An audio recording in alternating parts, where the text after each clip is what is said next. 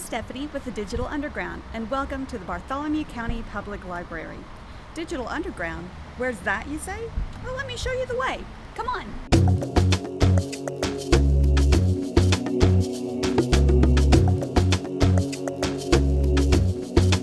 The Digital Underground takes up 2 rooms in the basement of the Bartholomew County Public Library. The first room is the Workspace Media Lab area. It includes 2 iMacs equipped with the entire Adobe suite. Tess is going to talk to you just a bit about some of what can be done with Adobe, and then give a tutorial on how to use Photoshop, and then one for how to use Premiere Pro. These programs allow you to edit pictures, videos, make flyers, pamphlets, resumes, create digital art, build websites, 3D animate, and so much more.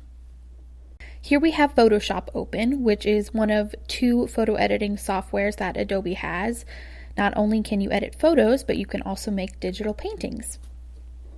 I'm going to be giving you a short little tutorial about one of the many things you can do using Adobe Photoshop. I'm going to be using this in conjunction with our tablet that we have here in the studio. So today I was feeling kind of inspired by those cheesy pictures that you draw in like first grade of nature.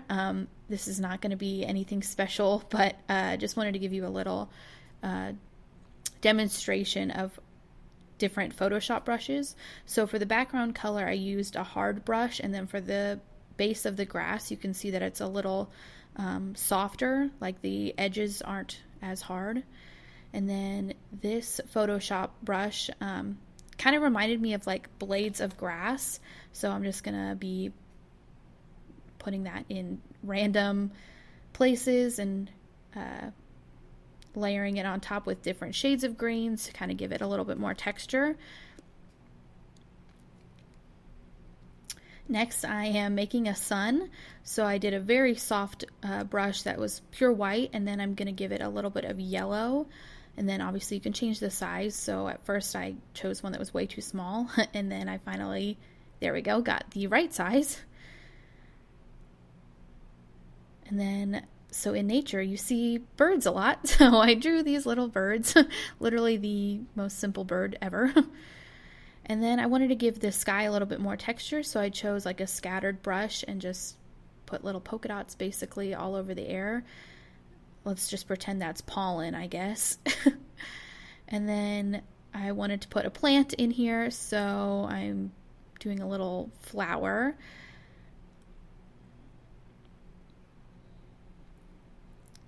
So there's the stem, and then I wanted to give the stem some texture, so I chose a scattered brush and then a different shade of green. Then obviously the flower needs a flower to it, so chose like a dark yellow color, and then gave it a little bit more depth by choosing a lighter yellow, and then one more shade of yellow, so that kind of looks like leaves, kind of.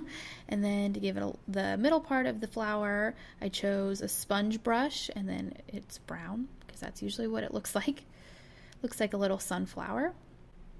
And then I wanted to give the grass a little bit more texture to kind of hide the stem of the flower. And there we go. That's my little kindergarten drawing. So yeah, that's an example of one of the many, many, many things you can do on Adobe Photoshop. Moving over to the other computer, we have a project on Premiere Pro, which is another Adobe program. I'm going to give you a short tutorial on some of the basic things you can do using Adobe Premiere. In case you're not aware, Adobe Premiere is a video editing software. So I'm just going to do a little quick tutorial.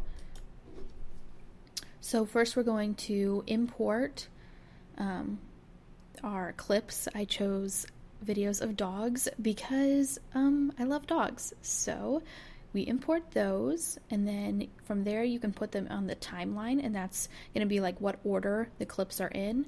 Of course, it doesn't have to be clips of dogs. It could be clips of your family, or if you're doing like a school project, anything like that you can put in there.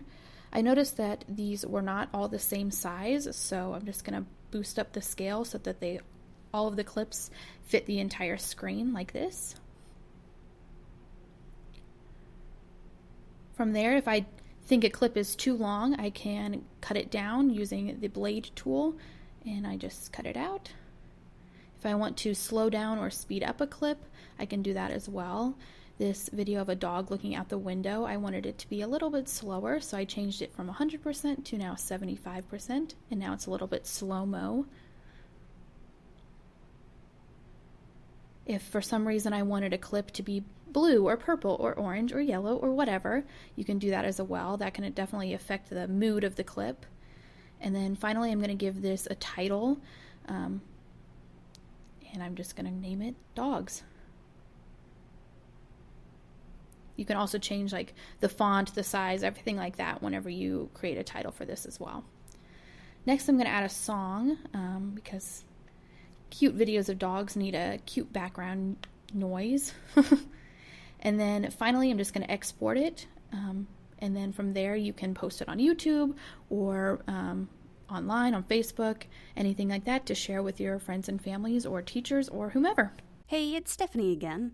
Our Workspace Media Lab area also includes 2 3D printers manufactured by Prusa, and I'm going to spend just a few minutes walking you through a tutorial on how to use the 3D printers.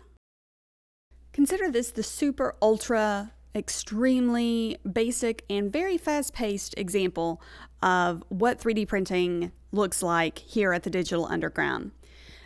What I like to do when I'm trying to find a file that's already been created so that all I need to do is print, I like to go to thingiverse.com. They have a lot of files that other people have created that you are allowed to download and print. Saves you a lot of time. For this example, I'm going to use a test cube. Once you've found the item that you're searching for, you open it up, you're going to click on Download All Files. What that's going to do is it's going to download the files for you as a zipped folder.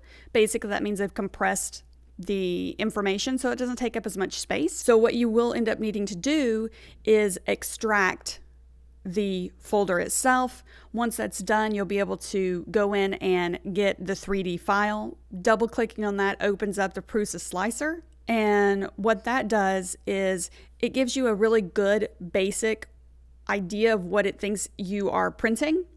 And shows you what it's going to look like on the plate of our printer. As you go on, before you get ready to print, you need to make sure all of your settings are how you want them to be. Now, in this case, we're going to go ahead and use the largest layer level. We are going to print it at roughly 20% infill, and because it's just a box, it doesn't need anything extra. So once you've gone through and confirmed all of your settings, then it's time to go ahead and slice. Now, what that means is it's the software is going to produce for you a more accurate representation of what's going to be printed. That includes how long it's going to take to print. It also includes the amount of layers, and you can also go in, and if you're uncertain about some of the aspects of the print, by lowering or raising the layer bar there on the right, it gives you an idea of how it's going to look inside the print. And so since we're doing a 20% infill, we're not going to have a solid print. It gives us enough to make sure everything is supported, but we don't need it to be fully solid. So once everything is set, you've confirmed it looks exactly like what you're going to need to print, you go ahead and click to export, and that's going to export to an SD card. You just go ahead and save it. You don't have to change the file name, but you are welcome to. And then once you've saved it, we're going to take the SD card, put it in the printer, and then this is what you're going to get.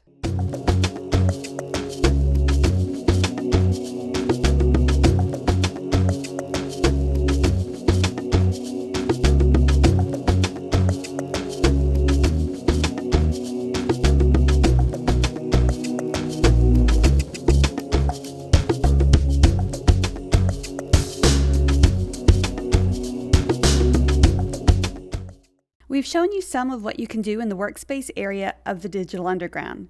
Now we're going to show you some of what can be done in our studio. Before we do that though, I should warn you, things aren't always what they seem in the studio. The studio is broken up into 2 main sections. On the left side as you enter, you'll see where you can do video recording. On the right side behind the curtain is where the audio recording takes place. The studio isn't soundproof, but we do our best to try to help alleviate some of the echoing and outside noises that could come in by using these curtains that you see along the wall.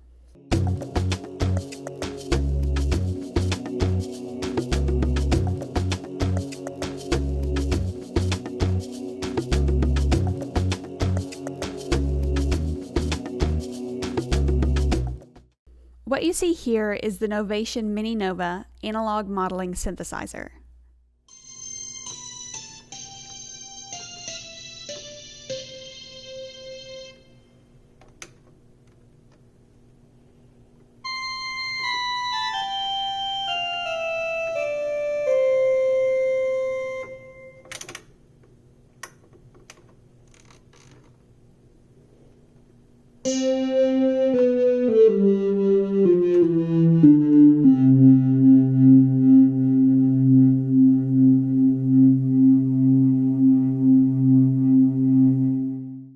This is the machine.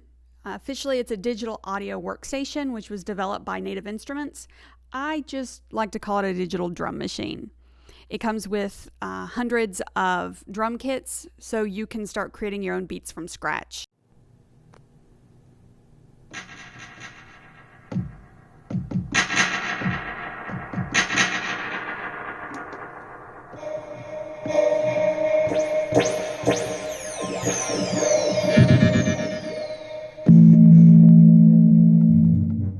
In this studio, we have a PC computer with several audio recording and editing programs. We have Adobe Audition, Studio One, Audacity, FL Studio 20, and Machine 2. However, the machine software only works with the editing and recording with the machine hardware. The most commonly used of these is Studio One because it has a lot of features, but it's also fairly easy to use. Also, Stephanie knows the ins and outs of it, so if we ever face any issues, she'll most likely know how to fix it. If you have a beat or a song that you want to sing or rap or whatever over, we can do that really easily here. So first you're just going to drag your song into Studio One. My song is literally called Song, so I'm just dragging that over. Alright, next we're going to add another track to it. And I like to label it, so this one I labeled Me Singing It Terribly, because that's the truth. And we're going to just record myself singing over the track. You're going to click the record button on the left and then the second record button on the bottom. And here I am just singing. I am going to have that muted because I don't want to scare you away. And then once I'm done, I'll click the stop button and then stop recording on the left. Next, we have to normalize audio. That is just to make sure that it is crisp and clear.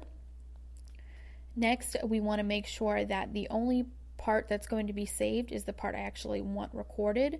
I'm going to take the little flag button right here. That'll start a marker at the beginning and then one at the very end, and I'll just need to move that to where I actually want my song to end.